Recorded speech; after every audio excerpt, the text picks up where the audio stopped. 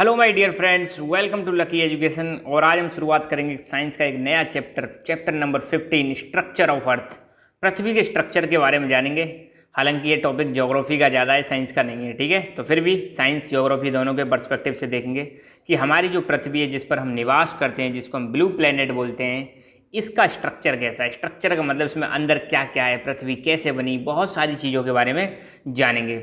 ये तो आप बचपन से पढ़ते आ रहे होंगे कि पृथ्वी में हमारे में 3 लेयर्स होती हैं। अगर देखोगे शुरुआत में, जैसे सेंटर में कोर होता है, कोर के ऊपर मेंटल होता है और मेंटल के ऊपर क्रस्ट होता है। तो ऐसे करके 3 लेयर्स ही होती हैं अर्थ में, ठीक है।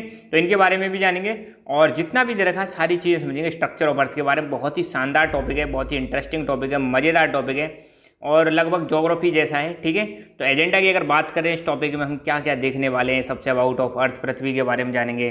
फिर origin and evolution of earth के बारे में जानेंगे कि पृथ्वी का ओरिजिन कैसे हुआ, एवोल्यूशन कैसे हुआ। एक टाइडल हाइपोथेसिस दे रखी है, उसके बारे में जानेंगे। Origin and evolution of earth का एक और मतलब दे रखा है, कैसे हुआ था। दो थ्योरीज दे रखी हैं, दोनों के बारे में जानेंगे। मून का एवोल्यूशन का मतलब होता है किसी चीज़ का निर्माण कैसे हुआ शुरुआत से लेके अब तक, तो उसको हम बोलते हैं क्रमिक विकास। ये कैसे विकास हुआ, आज की डेट में जो मून देख रहे हैं वो कैसे विकास हुआ। Effect and importance of moon का क्या इम्पैक्ट है, क्या है इफेक्ट है। स्ट्रक्चर ऑफ अर्थ के बारे में जानेंगे, पृथ्वी का स्ट्रक्चर कैसा है। मोल्डिंग और टेक्टोनिक फोर्सेस, इंटरनल एक्सटर्नल, इनके बारे में जानेंगे। बहुत सारी चीज़ों के बारे में हम देखने वाले हैं। तो सबसे पहले हमारी प्यारी पृथ्वी, हमारी प्यारी अर्थ, ब्लू प्लेनेट, इसके बारे में हम जानेंगे, जिस पर हम निवास करते हैं, ठीक है। तो अर्थ कैसा प्लेनेट है कि हैबिटेबल प्लेनेट है, जहाँ पर लाइफ पाई जाती है। बाकी प्लेनेट पर अर्थ जैसी लाइफ नहीं पाई जाती है। हालांकि साइंटिस्ट इस सर्च में लगे हुए हैं कि कहीं दूसरी जगह पर हमें क्या मिले, लाइफ देखने को मिले, मगर लाइफ नहीं पाई जाती है। सिर्फ कहाँ पर पाई जाती है, अपनी प्यारी पृथ्वी पर पाई जाती है, ठीक है। अर्थ और सन के बीच की दूरी ध्यान रखना, द डिस्टेंस। अब यहाँ पे कुछ इंपॉर्टेंट पॉइंट्स देख रहे हैं, इनमें से एक एक नंबर के क्वेश्चन बन जाते हैं। The earth is at distance of 15 crore kilometer from the sun. Earth और सन के बीच में जो दूरी है वो कितनी है, लगभग 15 करोड़। अब देखो, पृथ्वी में हमारी में 2 प्रकार की गतियां होती हैं। अगर अर्थ को आप देखो तो पृथ्वी में 2 प्रकार की गतियां होती हैं। एक तो जो अर्थ है अपने एक्सिस पर घूमती रहती है। जैसे अपने रूम का फैन देखा है ना, अपने जगह फिक्स रहती है मगर वहीं फैन घूमता रहता है। ऐसे ही पृथ्वी एक्सिस फिक्स है तो एक ही जगह पर रोटेट कर रही है। तो रोटेट मतलब जगह फिक्स है, एक्सिस फिक्स है, रोटेट।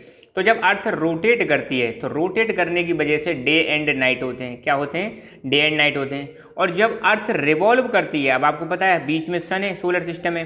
जब पृथ्वी सन के चारों तरफ चक्कर लगाती है तो उसकी वजह से सीजन चेंज होते हैं। क्या चेंज होते हैं, सीजन। तो ध्यान रखना, अर्थ के रोटेट होने की वजह से इसके axis per day and night होते हैं। अर्थ थोड़ी सी हमारी टिल्टेड है। टिल्टेड मतलब थोड़ी झुकी हुई है अपने एक्सिस पर, पृथ्वी अपने झुकी हुई है। तो कितना एंगल पर झुकी हुई है, 23.5 डिग्री एंगल पर पृथ्वी झुकी हुई है। और इस टिल्ट होने की वजह से समर एंड विंटर सॉल्स्टिस होते हैं, जिसकी वजह से और साथ के साथ में वेदर भी चेंज होते हैं। जो आप मौसम देखते हो ना, कभी सर्दी पड़ रही है, कभी गर्मी पड़ रही है। तो ये मौसम क्यों चेंज होते हैं, क्योंकि अर्थ हमारी क्या है, थोड़ी सी एक तो टिल्टेड है, दूसरा हमारी अर्थ क्या करती है, रिवॉल्यूशन करती है। किसके अराउंड रिवॉल्यूशन करती है, सन के अराउंड रिवॉल्यूशन करती है। और एक रिवॉल्यूशन में लगता है पृथ्वी को 365 डेज एंड 1/4 और लगा दो, 365 एंड 1/4 डेज। और ये 1/4 हर 4 साल में ऐड होने के बाद एक दिन पूरा बन जाता है। तो आपने देखा होगा 4 साल बाद, हर 4 साल बाद साल कितने की हो जाती है, 366 डेज की हो जाती है। और उस साल को हम बोलते हैं लीप ईयर, ठीक है। फिलहाल इतना डेप्थ में मत जाओ आप ज्योग्राफी में, हालांकि ये छोटी क्लासेस में आपने पढ़ा है, पर आप इतना ध्यान रखना कि पृथ्वी के घूमने की वजह से डे एंड नाइट होते हैं अपने एक्सिस पर, और पृथ्वी के सन के चारों तरफ चक्कर लगाने की वजह से और टिल्ट होने की वजह से समर और विंटर सोल्स्टिस होते हैं। अब देखो, समर सोल्स्टिस में क्या होता है, दिन बड़ा होता है, रात छोटी होती है। विंटर सोल्स्टिस में क्या होगा, दिन छोटा होता है, रात बड़ी होती है। बस इतना फिलहाल ध्यान रख लो, ठीक है। और मौसम भी चेंजेज होते हैं, ये भी ध्यान रखना है। हमारी पृथ्वी पर अगर पृथ्वी की बात करें तो लगभग 70% भाग पर, कितने भाग पर, 70% भाग पर आपको पानी मिलेगा, और 30% जो भाग है उस पर ज़मीन मिलेगी। इसीलिए पृथ्वी को हम क्या बोलते हैं, ब्लू प्लेनेट, क्योंकि यहाँ पे बहुत ही ज़्यादा क्या पाया जाता है, पानी पाया जाता है, ठीक है। The distance between centre and surface of earth is about 6371 kilometre. अब पृथ्वी का बिल्कुल सेंटर देखें, सेंटर वाला पॉइंट, और सेंटर से अर्थ का सरफेस, तो ये क्या होगी, पृथ्वी की रेडियस हो गई। तो रेडियस कितनी है, लगभग 6371 किलोमीटर। अब बुक में इसको 3000 दे रखा है, जो कि गलत है, ठीक है, इसको ध्यान रखना। तो पृथ्वी की हालांकि ऐसे क्वेश्चन बहुत रेयर आते हैं और पूछ लिया जाए तो कोई दिक्कत नहीं है, ठीक है। तो वहाँ पे अगर माइल्स होता तो एक अलग बात थी। तो distance between centre and surface of earth कितनी है, 6371 किलोमीटर। और अर्थ, हमारी अर्थ कब एग्जिस्टेंस में आई, जो पृथ्वी आज की डेट में है, इसका जन्म कब हुआ, कितने साल हो गए हमारी पृथ्वी को, तो आपको ध्यान रखना है 4.5 बिलियन ईयर्स एगो हमारी पृथ्वी कब अस्तित्व में आई थी, 4.5 बिलियन ईयर्स एगो, ठीक है। The age of earth is about 1/3 of age of universe. हमारा जो यूनिवर्स है, हमारा जो ब्रह्मांड है, इसकी तुलना में पृथ्वी की एज कितनी है, 1/3 है। कितनी है, 1/3। There are 29 tectonic plates at present on the earth crust. अब आपको पता है हमारी पृथ्वी में बहुत सारी टेक्टोनिक प्लेट्स पाई जाती हैं और वो टेक्टोनिक प्लेट्स लगातार मोशन में रहती हैं। किस में रहती हैं, मोशन में रहती हैं। तो हमारी अर्थ की जो क्रस्ट है उस पर कितनी टेक्टोनिक प्लेट्स पाई जाती हैं, 29 टेक्टोनिक प्लेट्स पाई जाती हैं। और ध्यान रखना, जब ये टेक्टोनिक प्लेट्स मूव करती हैं और आपस में टकरा जाती हैं तो इसकी वजह से आते हैं अर्थक्वेक, भूकंप आते हैं। तो आपने सुना होगा ना भूकंप, अर्थक्वेक सुना होगा, जिसकी वजह से बहुत बड़ा नुकसान होता है, हिल जाती है पूरी पृथ्वी है, तो बिल्डिंग गिर जाती है, बहुत खतरनाक है। जितना ज़्यादा भूकंप की तीव्रता होगी रिएक्टर स्केल पर, उतना ही ज़्यादा डेंजरस होता है। तो 29 टेक्टोनिक प्लेट्स हैं पृथ्वी की क्रस्ट पर। अच्छा, एक छोटा सा क्वेश्चन यहाँ पर बनता है कि एक एस्ट्रोनॉमिकल यूनिट का मतलब क्या है।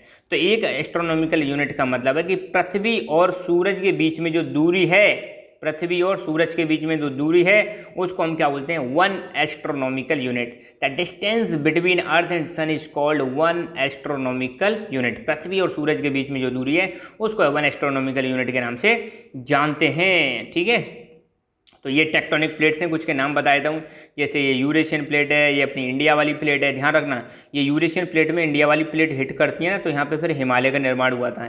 हिमालय पहले नहीं थे, ये इंडिया वाली प्लेट ने यूरेशिया वाली प्लेट को धक्का मारा, हिट कर गई और ये बन गए हिमालय। खैर ज़्यादा ज्योग्राफी मत जाओ, ये बहुत सारी टेक्टोनिक प्लेट्स हैं, सिर्फ देख लो, बाकी पेपर में कुछ नहीं आएगा इनमें से। अब हम देखेंगे origin and evolution of earth. एक टाइडल हाइपोथेसिस दे रखी है, उसके अनुसार हमारी पृथ्वी का ओरिजिन मतलब कैसे शुरुआत हुई, कैसे उत्पत्ति हुई और कैसे एवोल्यूशन हुआ, वो समझ लेते हैं। बहुत छोटी सी थ्योरी है, ठीक है। ये थ्योरी क्या कहती है कि बहुत समय पहले की बात है, एक जॉइंट स्टार जो कि सन के करीब आता है, जैसे हमारे ये सन है, ठीक है, ये क्या है, सन के पास एक बहुत बड़ा स्टार आता है। क्या आता है, बहुत बड़ा स्टार आता है। हालांकि सन भी स्टार है, अब इससे भी बड़ा एक स्टार यहाँ के इसके पास से आ रहा था, गुजर रहा था। तो इसके ग्रेविटेशनल पुल की वजह से सन का कुछ भाग बाहर निकल के आ जाता है, सन का कुछ भाग बाहर निकल के आ जाता है, ठीक है। और ये भाग जो बाहर निकल के आया था, ये कुछ ऐसे निकल के आता है कि बीच में से तो मोटा था ये भाग और साइड से कैसा था, पतला था। ऐसा भाग बाहर निकल के आता, किसकी वजह से, बड़े स्टार के ग्रेविटेशनल फोर्स की वजह से। फिर कुछ समय बाद ये स्टार अपने मार्ग से पास हो गया, चलता चला गया, सन यहीं पे था। तो ये जो भाग बाहर निकल के आया था सन के बाहर, मतलब सन की सरफेस से, ये भाग क्या होता है, टूट जाता है कई सारे भागों में और इनसे बनते हैं प्लैनेट्स। क्या बनते हैं, प्लैनेट्स, ठीक है। तो इसको ऐसे समझो, ये कोई जाइंट स्टार है, ये अपने पास से निकल रहा था, सन से कुछ भाग निकल के आया, ऐसा करके कुछ भाग था तो बीच में से मोटा था और किनारों से कैसा था, पतला था। तो ये जैसे स्टार अपने पास से बाहर निकल जाता है, चला जाता है, तो ये बाद में टूट जाता है कई भागों में और इनसे बनते हैं प्लैनेट्स। क्या बनते हैं, प्लैनेट्स। तो ये वाली जो थ्योरी है इसको हम क्या बोलते हैं, टाइडल हाइपोथेसिस। देखो मैं पढ़ देता हूँ। A giant star came closer to sun and gravitational pull of star resulted in the huge quantity of matter coming out from the sun in the form of huge bulge. Bulge मतलब उभार, bulge का मतलब क्या होता है, उभार। This bulge was thick on the middle and thin on the edges. ये कह रहे हैं कि बहुत बड़ा जाइंट स्टार, बहुत बड़ा स्टार सन के करीब आता है और उस स्टार की ग्रेविटेशनल पुल की वजह से सन में से बहुत सारा मटेरियल बाहर की तरफ आ जाता है। जो मटेरियल बाहर की तरफ निकला था वो बल्ज था, ठीक है। बल्ज मतलब बीच में से उभार, बीच में से मोटा था और किनारों से कैसा था, पतला था। In due course of time, कुछ समय पश्चात, giant star moved on its own way. Giant star अपने रास्ते से होते हुए निकल गया और जो ह्यूज बल्ज निकल के आया था वो टूट जाता है, किसमें, प्लैनेट्स एंड अदर बॉडीज। और यही है tidal hypothesis regarding origin and evolution of earth. I hope ये चीज़ आपको समझ में आ गई होगी। एक और चीज़ दे रखी है origin and evolution of earth के बारे में, ठीक है। अगर टाइडल आए तो इसको लिख देना और ये भी समझ लो बाकी मतलब अर्थ का ओरिजिन कैसे हुआ। अब देखो इसमें ये बताएंगे कि पृथ्वी पहले आग का गोला थी, वो वाली चीज़ हम बात करेंगे, ठीक है। The earth came into existence about 4.5 billion year ago. ये मैंने बताया था कि अर्थ की उत्पत्ति कब हुई थी, 4.5 बिलियन ईयर्स एगो हुई थी। अर्थ की एज 1/3 ऑफ यूनिवर्स है, ये भी मैं आपको बता चुका हूँ। शुरुआत में अब बात करते हैं शुरुआत में हमारी पृथ्वी जी बहुत ज़्यादा हॉट थी, पृथ्वी एक आग का गोला थी। एक थ्योरी सुनी होगी ना, big bang theory. Big bang theory में क्या होता है, एक पार्टिकल था छोटा सा, उसमें बहुत बड़ा ब्लास्ट होता है, ब्लास्ट होने की वजह से ही मतलब क्या बने हमारे प्लैनेट्स और यूनिवर्स का निर्माण हुआ है। खैर वो थ्योरी भी अभी ना नहीं देखनी है आपने, बस इतना ध्यान रखो। शुरुआत में हमारी पृथ्वी कैसी थी, बहुत ज़्यादा गर्म थी और घूम रही थी बहुत तेज गति से। तो पृथ्वी गर्म भी थी, साथ के साथ में रोटेट कर रही थी, बहुत ही ज़्यादा स्पीड से रोटेट कर रही थी। जब कोई चीज़ गर्म होती है और रोटेट भी करती रहती है तो उसका घूमने की वजह से, बाहर हवा लगने की वजह से, बाहर वाला जो पार्ट होता है वो धीरे धीरे क्या होता है, कूल होता है, अंदर वाला पार्ट थोड़ा कैसा रह जाता है, गर्म रह जाता है। ठीक है, तो slowly external part of earth cool down and formed surface of the earth. ठीक है, तो ये क्या करें, शुरुआत में हमारी पृथ्वी बहुत ज़्यादा गर्म थी और बहुत तेज गति से घूम रही थी, फिर धीरे धीरे बाहर वाला जो पृथ्वी का हिस्सा है धीरे धीरे कूल होने लगा और क्या बनने लगी, सरफेस बनने लगी। ठीक है, सरफेस बनने लगती है। अब क्या होता है, जो हैवी पार्टिकल्स थे वो तो अर्थ के डीप मतलब भीतर की तरफ मतलब कॉन्सेंट्रेटेड हो जाते हैं, और जो लाइट एलिमेंट्स थे वो पृथ्वी की सरफेस पर आ जाते हैं ड्यूरिंग दी कूलिंग प्रोसेस। तो क्या बताया अब तक हमने बताया था कि पृथ्वी बहुत ज़्यादा गर्म थी और बहुत तेज गति से घूम रही थी, धीरे धीरे बाहर वाली जो सरफेस है वो कूल डाउन होने लगती है। हैवी जो मटेरियल थे वो पृथ्वी के डीप में मतलब सेंटर वाले पार्ट में कॉन्सेंट्रेटेड होने लगे, और लाइट वाले पार्टिकल थे, जो हल्के पार्टिकल्स थे, लाइटर मतलब हल्के पार्टिकल थे, वो पृथ्वी की सरफेस पर आ गए। कब, इस कूलिंग प्रोसेस के दौरान। बाकी जो एलिमेंट थे, rest elements were in gaseous form, बाकी एलिमेंट्स किसकी फॉर्म में आते हैं, गैस की फॉर्म में रहते हैं, और वो निर्माण करते हैं किसका, एटमॉस्फेयर का। ठीक है, तो ये चीज़ ये एक और मतलब थ्योरी दे रखी है। तो earth is largest terrestrial planet in solar system in terms of diameter, mass and density. हमारी जो पृथ्वी है सबसे बड़ा टेरेस्ट्रियल प्लेनेट है जहाँ पे लाइफ पाई जाती है, और साथ के साथ में किन टर्म्स में लार्जेस्ट है, इसके डायमीटर में, मास में और डेंसिटी में सबसे बड़ा प्लेनेट है। पृथ्वी को कुछ और नामों से भी जाना जाता है, वर्ल्ड, गया और टेरा, इन नामों से भी पृथ्वी को जाना जाता है। ठीक है, तो ये हुआ अर्थ का एवोल्यूशन। अब देखेंगे एवोल्यूशन ऑफ मून। मून का एवोल्यूशन कैसे हुआ, मून का एवोल्यूशन कैसे हुआ। तो मून का एवोल्यूशन कैसे हुआ, देखो यहाँ डायग्राम में बड़ा प्यारा सा समझा रखा है। ये हमारी पृथ्वी है, यहाँ एक मार्स के साइज का कोई स्टार आता है, यहाँ कोई बॉडी आती है, वो पृथ्वी को हिट करती है। जब पृथ्वी को हिट करेगी तो पृथ्वी से बहुत सारा मटेरियल बाहर आ जाएगा। ये मटेरियल बाहर आ गया, धीरे धीरे ये मटेरियल क्या हो जाता है, कंडेंस होकर इकट्ठा हो जाता है, और यही चारों तरफ घूमने लगता है और बन जाता है मून। क्या बन जाता है, मून बन जाता है। अब यही चीज़ हम समझेंगे। देखो पहले लैंग्वेज देख लेते हैं, फिर मैं एक बार फिर सुना दूंगा आपको सारी कहानी। तो अबाउट 4.4 बिलियन ईयर्स है, वो बात है 4.4 बिलियन ईयर्स है वो की। ठीक है, इस सेलेस्टियल बॉडी, अब देखो सेलेस्टियल बॉडी किसको कहते हैं, आकाश में आपको जितनी भी बॉडीज दिखाई देती हैं, अंतरिक्ष में आपको जितनी भी बॉडीज दिखाई देती हैं, उनको हम क्या बोलते हैं, सेलेस्टियल बॉडी बोलते हैं, खगोलीय पिंड बोलते हैं। तो अबाउट 4.4 बिलियन ईयर्स है वो ये celestial body of size of Mars, मंगल ग्रह के साइज के बराबर की एक सेलेस्टियल बॉडी आती है, hit the earth which resulted in the formation of moon. वो क्या करती है, पृथ्वी को हिट करती है, और हिट करने के बाद इसमें से क्या बनता है, मून बनता है। और moon is the only natural satellite of earth. Question आ चुका है यहाँ पे, ध्यान रखना, पृथ्वी का एकमात्र नेचुरल सैटेलाइट कौन सा है, मून है। तो यहाँ पे देखो ये पृथ्वी है, एक सेलेस्टियल बॉडी आती है मार्स के साइज की, वो पृथ्वी को हिट करती है, हिट करते ही पृथ्वी में से बहुत सारा मटेरियल बाहर निकल के आता है। यही मटेरियल किसका रूप ले लेता है, कुछ समय पश्चात मून का रूप ले लेता है, और प्लेनेट के चारों तरफ चक्कर लगाने लगता है। अच्छा, एक चीज और मैं यहाँ पे आपको समझा देना चाहता हूँ, प्लेनेट एवं सैटेलाइट में difference. What is the difference between planet and satellite. अब देखो प्लेनेट क्या होते हैं, ये हमारा सन है और ये सन के चारों तरफ ऑर्बिट्स बनी हुई हैं। तो प्लेनेट वो बॉडीज होती हैं जो सन के चारों तरफ रिवॉल्व करती हैं। किसके चारों तरफ रिवॉल्व करती हैं, सन। तो ऐसी bodies, celestial bodies which revolve around the sun, उनको हम क्या बोलते हैं, प्लेनेट। अब सैटेलाइट किसको बोलेंगे, तो सैटेलाइट ऐसी सेलेस्टियल बॉडीज होती हैं जो प्लेनेट के चारों तरफ चक्कर लगाएं। किसके चारों तरफ चक्कर लगाएं, प्लेनेट के। जैसे यहाँ पे मून है, मून किसके चारों तरफ चक्कर लगा रहा है, अर्थ के। तो मून क्या कहलाएगा, सैटेलाइट कहलाएगा। क्या कहलाएगा, सैटेलाइट। तो सैटेलाइट क्या होते हैं, जो किसी प्लेनेट के चारों तरफ चक्कर लगाएं, और प्लेनेट क्या होते हैं, जो सन या किसी स्टार के चारों तरफ चक्कर लगाएं। ठीक है, तो ये हुआ मून का इवोल्यूशन। ठीक है, मून बन गया। अब मून के प्रभाव क्या हैं, मून का कुछ इफेक्ट होगा पृथ्वी पर, बिल्कुल इफेक्ट है।